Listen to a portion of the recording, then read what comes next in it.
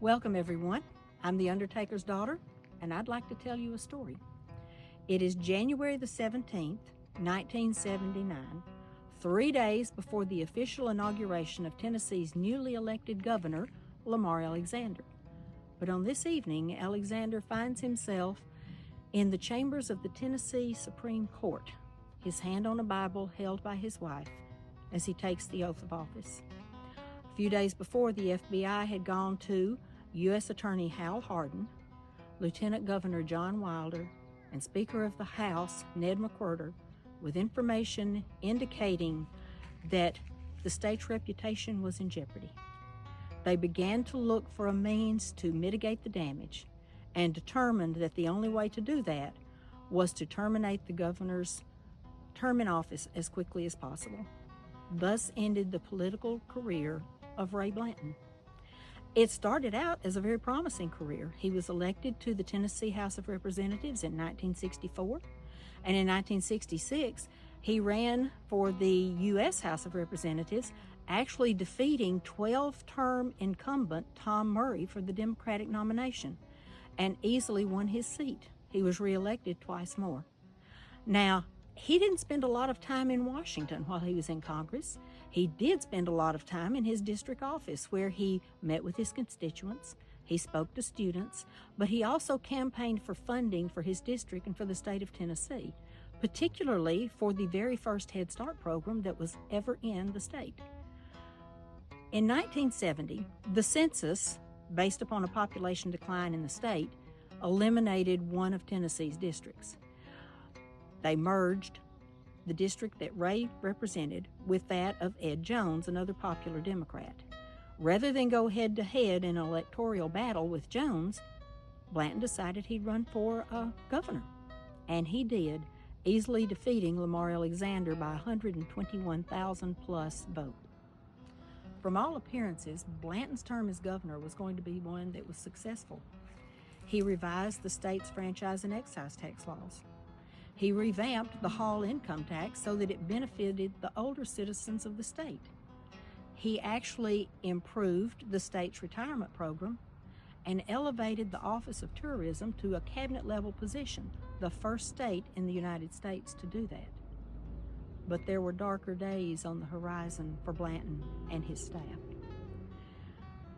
The first complaint began to be one of excess spending, especially on his trips overseas where he was trying to encourage foreign investment in the state. From there, it became the scandal where surplus government vehicles were being sold to political cronies at a discount. One commissioner resigned over that, and one staff member was sentenced to federal prison for embezzlement. But the straw that broke the camel's back came on January the 15th of 1979 when Blanton issued 52 pardons, 20 of which went to convicted murderers.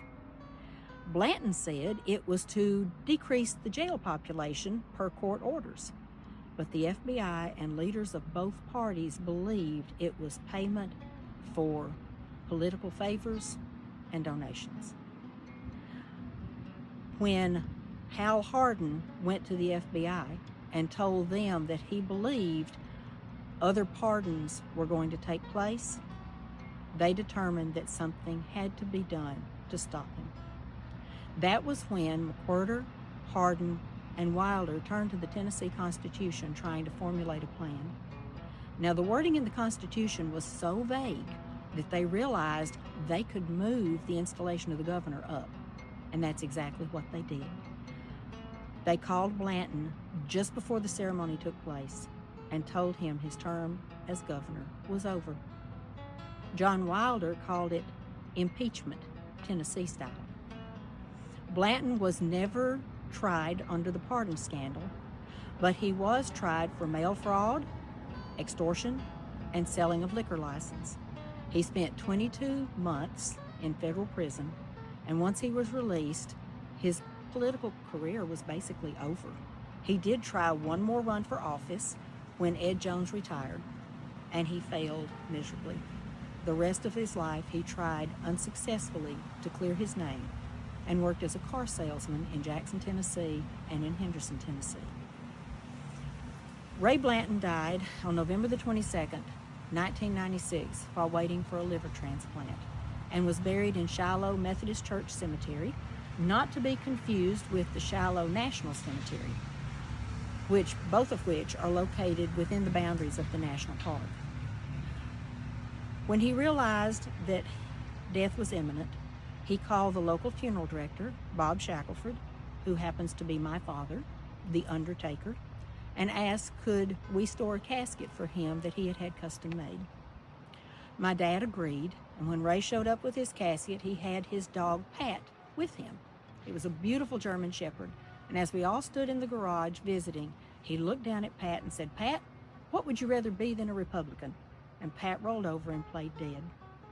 When Pat was crossing the Rainbow Bridge, Ray's wife made arrangements to have him buried beside his master here in the cemetery, beneath a monument that towers above all the other monuments in the cemetery, one that proclaims that Ray Blanton was a farmer, teacher, road builder, state representative, U.S. Congressman, Governor of Tennessee, and a friend of the people.